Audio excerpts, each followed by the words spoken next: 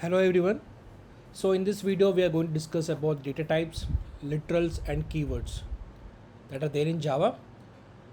Okay. So before we get into these topics, you should get ready with the Java and Eclipse setup. Okay. For Java you can go to the Oracle website and can download JDK 8 enable version, and also you need to get ready with the Eclipse ID. Whatever the programs we are going to practice here or in the upcoming videos, we'll be using the Eclipse ID for that. Okay, so we'll start with the topic data types. So just like the other programming languages, Java also has its own data types. Okay, yeah. So there are 8 different types of data types in Java, and I just categorize this based on the type of value is stored, right? So if you see, byte, short, int and long are the data type to store the integer type of values. Okay, and next the float and double types are used to store the decimal values.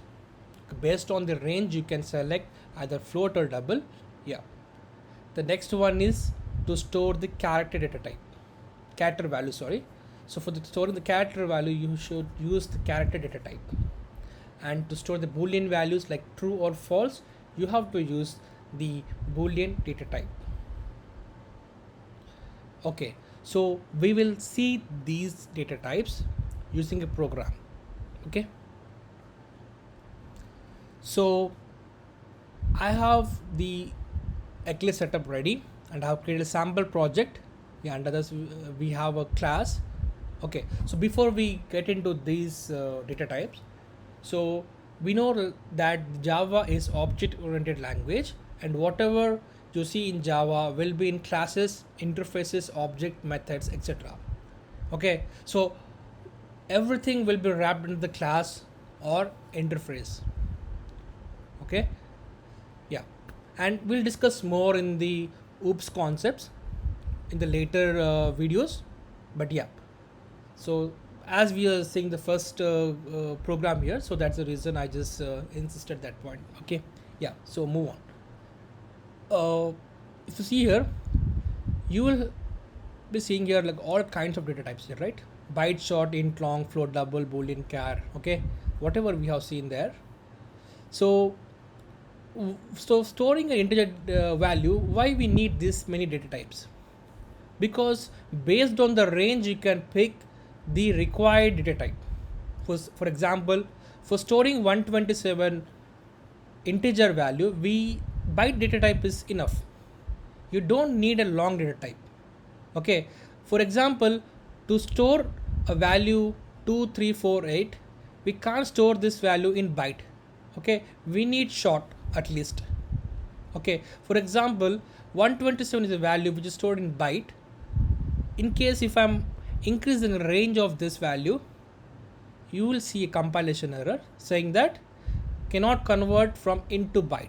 That means we have to increase the scope. We have to use a data type which is holding a larger range than the byte. So the next immediate data type will be short. Okay, so depending on the value and its range, you need to pick the right data type. The most commonly used data type is integer data type. Okay, yeah, so I want to discuss something about the long data type. If you see here,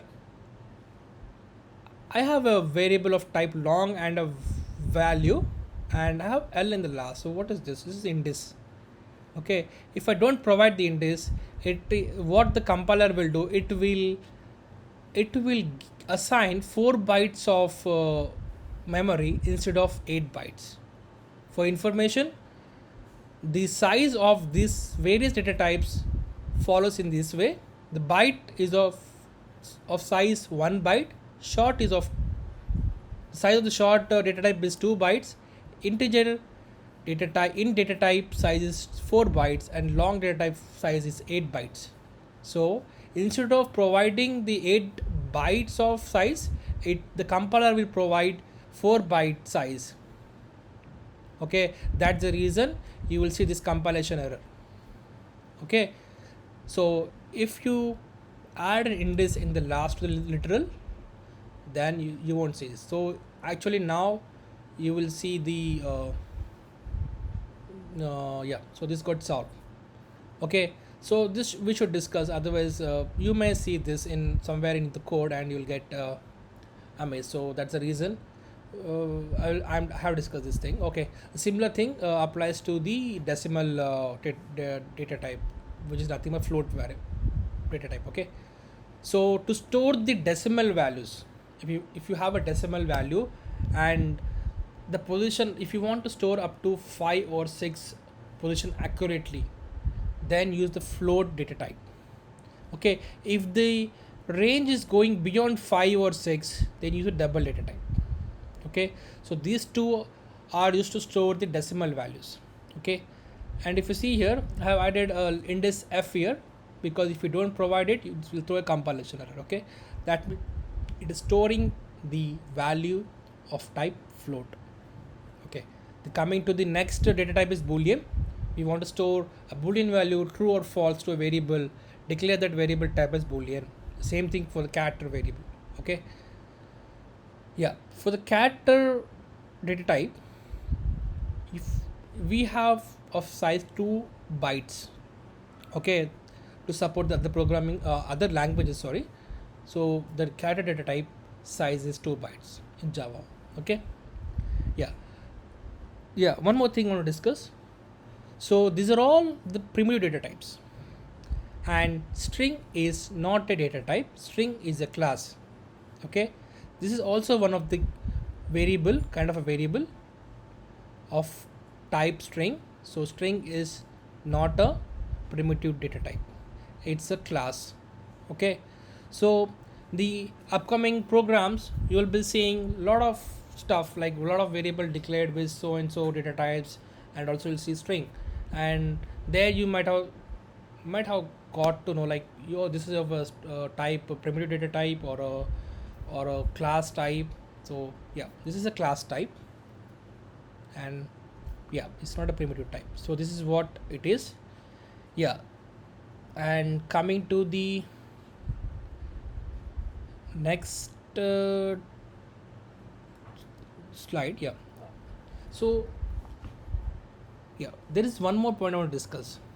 So whenever you're storing a value into a variable of type byte, say suppose any, that can be any data type, but if you're storing a integer value into a variable of type byte, what will happen? So we know, like, the byte data type size is can store up to maximum 1 byte, that means 8 bits. Okay, so the first bit, it is dedicatedly there to store the sign of the value. It is a positive number or a negative number. For that, this bit is reserved. Okay, and rest of the bits, 7 bits, these are reserved to store the value, actual value of the variable. So here the 127. So the, yeah, so this, if you add 2 power 0, 2 power 1, 2 power 2, 2 power 3, 2 power 4, so on up to 2 power 7, if you add all this value, you'll get the variable value as 127. Okay, so this indicates, in this case we need to store it as 0 here, because it's a positive number. Yeah, so this is how the values are stored in the memory. Okay, yeah, so this is all about the data types. What is literal? Whatever the values are there, right? So these are literals. These are like integer literal. This is the boolean literal. This is a character literal. So that's all.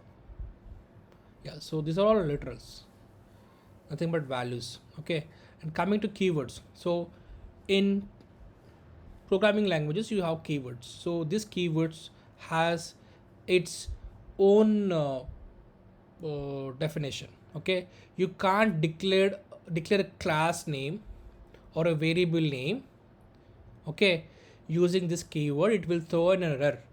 It is served for some other purpose. Okay, so it has its own meaning defined in compiler. Okay, so these keywords are meant for that. Okay, we should know this, and we'll get to know about more keywords as and when we are progressing, right? Yeah.